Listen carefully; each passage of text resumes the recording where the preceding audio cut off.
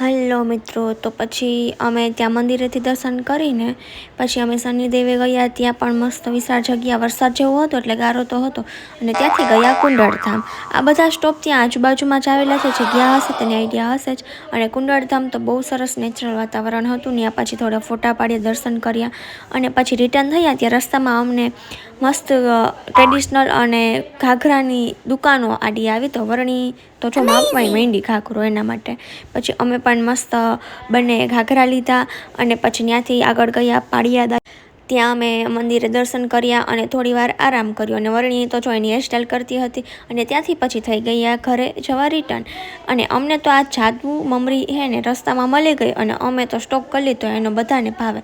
પછી રિટર્ન થતાં ત્યાં રસ્તામાં એક મસ્ત મહાદેવનું મંદિર હતું, જે થોડુંક ઊંચું હતું, પગથિયા ચડીને ટૂંકમાં જવાનું હતું. પછી ત્યાં ગયા, ત્યાં થોડો ફોટા પાડ્યા અને રિટર્ન થયા. જેટલા ચડ્યા હતા એટલા પગથિયા ઉતરવા પડે, એમાં તો હાલે નહીં. અને પછી પાછા આવી ગયા ગાડીમાં. ને વરણીનો તો નાસ્તો ચાલુ જ હતો સાથે. તો આવા જ વ્લોગ જો આ ચેનલને સબસ્ક્રાઈબ કરી દેજો. મળી આવતા વ્લોગમાં, ત્યાં સુધી.